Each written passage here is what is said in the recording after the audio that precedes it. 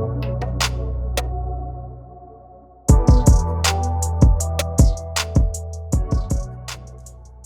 আলাইকুম। আজকে আমি Shahriar Mustafa Romeo Star Tech and engineering লিমিটেডের পক্ষ থেকে আছি। কিছুদিন আগে এমএসআই আমাদের কিছু gaming PC build component provide করেছে।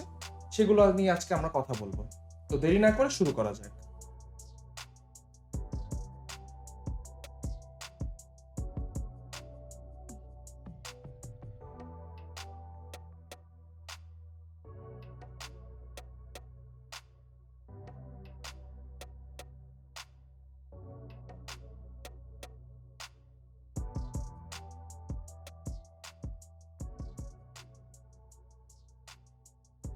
এতক্ষণ আমরা দেখলাম এই পিসির জন্য কি কি কম্পোনেন্ট আমাদেরকে এমএসআই প্রোভাইড করেছে।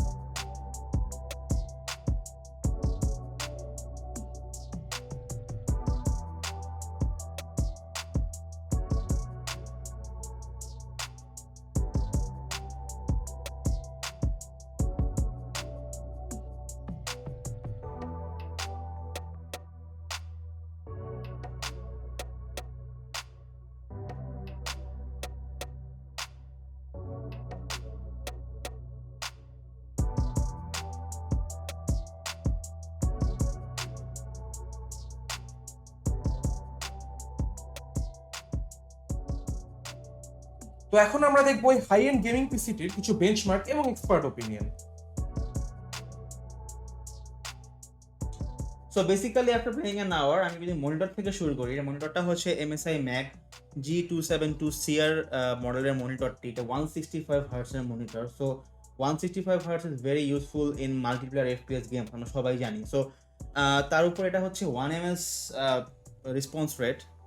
তো যদিও এটা কার্ভ 1500 একটা কার্ভ আছে এখানে, তারপর আমি বলবো যে কার্ভটা আমাকে আমার ভিউইং অ্যাঙ্গেলে তেমন কোনো প্রবলেম করেনি। তারপর হচ্ছে কালার হিসাবে মনিটরটি আমি বলবো যে as this panel is not very vibrant, মানে কালার আমি বলবো না যে একদম IPS এর মতো অনেক বেশি ভাইব্রেন্ট বা অনেক ভালো কালার, বাট ওভারঅল গেম খেলার জন্য দিস ইজ গুড, মানে বাট প্রোডাক্টিভিটির জন্য আই ওন্ট রিকমেন্ড ইট। আর এই মনিটরের একটা ফিচার হচ্ছে স্পেশাল, সেটা হচ্ছে এখানে একটা হেডফোন রাখার জন্য একটা এক্সটেন্ডার রয়েছে। সো এখানে আপনারা যদি না থাকে আপনাদের হেডফোন স্ট্যান্ড, আপনারা কিন্তু এখানেও একটা হেডফোন রাখতে পারেন। সো এটা ভেরি ইউজফুল একটা ফিচার এই মনিটরের। তার উপর হচ্ছে যদি আমি এবার আসি পারফরমেন্স ওয়াইজ, আমি ভ্যালোরেন্ট 1 ঘন্টার মতো খেললাম এই পুরো সেট আপটাতে। আমার বেসিক্যালি সবসময় 400-এর উপরে 400 অ্যাভারেজ FPS ছিল। That is a huge amount of FPS you know. আর 165 হার্জ যেহেতু মনিটরটি, এটা অলওয়েজ 400 FPS পাওয়ার মানে হচ্ছে আমি টোটালি 165 হার্জটা ব্যবহার করতে পেরেছি। সো স্মুথনেসের ক্ষেত্রে খুবই স্মুথ ছিল এবং কোনো রকম কোনো ল্যাগ ইস্যুস আমি কোনো কিছু ফেস করিনি। তার মানে বুঝতেই পারছি আসলে যেহেতু এটা 3060 Ti-তে প্যাক করা, সো অবশ্যই 3060 Ti is a very very strong graphics card. তার উপরে হচ্ছে একটা i9 ছিল।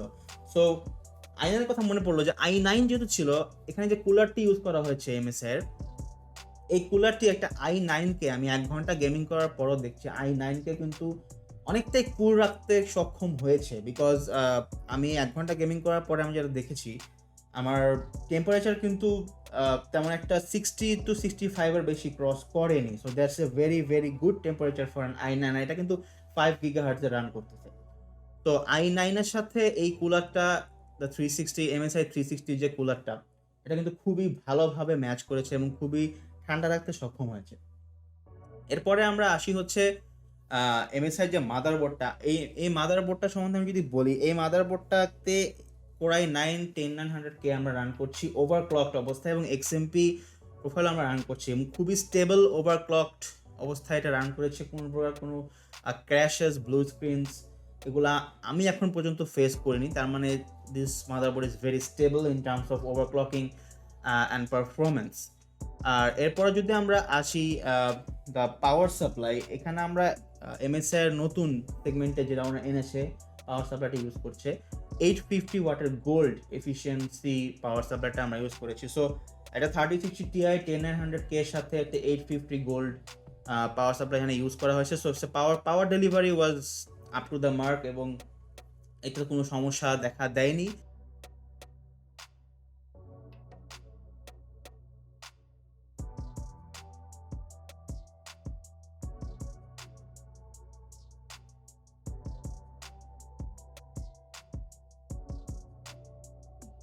ইমারোডেটিভতে কাজ করে যেটা মনে হলো যে কালার কন্ট্রাস্ট মোটামুটি, বাট যারা আসলে ডিজাইন শুরু করেছেন বা ডিজাইন শুরু করবেন তাদের জন্য এটা একটা চয়েস হতে পারে।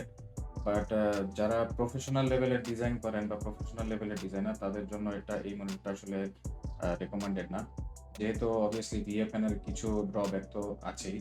সো অবভিয়াসলি তবে আমি যেহেতু গেমও খেলি, আমার কাছে মনে হচ্ছে গেমিং এর দিক থেকে মনিটরটা বেশ ভালো আউটপুটই দিবে।